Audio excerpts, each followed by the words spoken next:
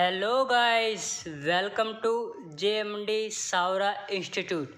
और आज मैं आपके सामने एक नई वीडियो लेकर आया हूँ, राजनीतिक विज्ञान, जिसको पॉलिटिकल साइंस भी कहते हैं। और इसका एक छोटा सा एक इम्पोर्टेंट जो टॉपिक है वो लेकर आया हूँ, और आप इस वीडियो को लास्ट तक ज़रूर देखना है। बस आपसे इतनी ही विनती है, और इसे लाइक, शेयर एंड सब्सक्राइब ज़रूर कीजिए। और ऐसे ही इंटरेस्टिंग वीडियो पाने के लिए आप मुझसे जुड़े रहे। स्टार्ट करते हैं आज की वीडियो को।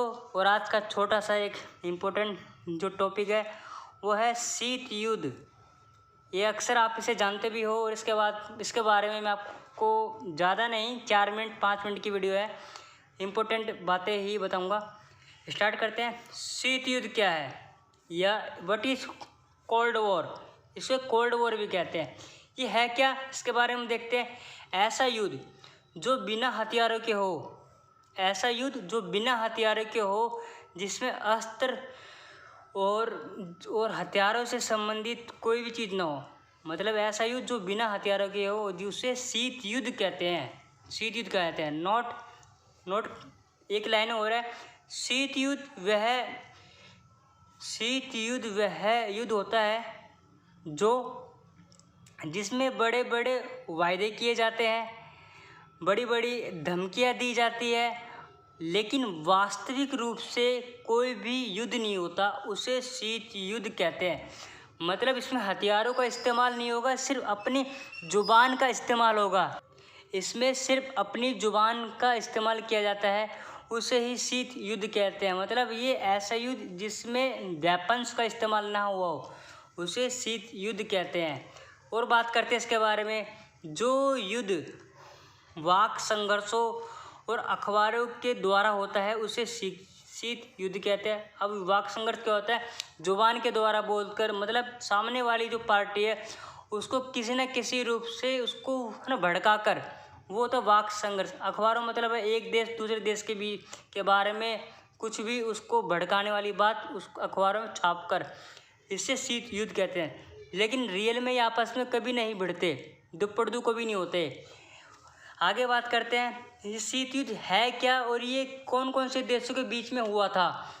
तो दूसरे विश्व युद्ध के बाद में, आफ्टर सेकेंड वर्ल्ड वॉर के बाद में, USA एंड USSR, मतलब अमेरिका और सोवियत संघ के बीच में ये शीत युद्ध स्टार्ट हुआ था।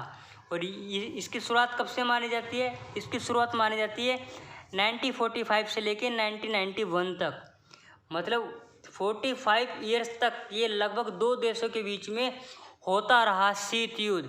और शीत युद्ध में विशेष रूप से दो गुट बन गए थे। जैसे एक गुट का नाम था पहली दुनिया, एक का नाम था दूसरी दुनिया। या जो पहली दुनिया थी उसे अमेरिकी गुट भी कहते हैं, और दूसरी दुनिया को रूसी गुट भी कहते हैं। और अमेरिकी गुट को पूंजीवादी गुट भी कहते हैं, और उनको साम्यवादी गुट भी कहते हैं। मतलब पूरी दुनिया दो भागों में बट गई थी, एक तरफ वेस्टर्न वाली और एक तरफ ईस्टर्न वाली।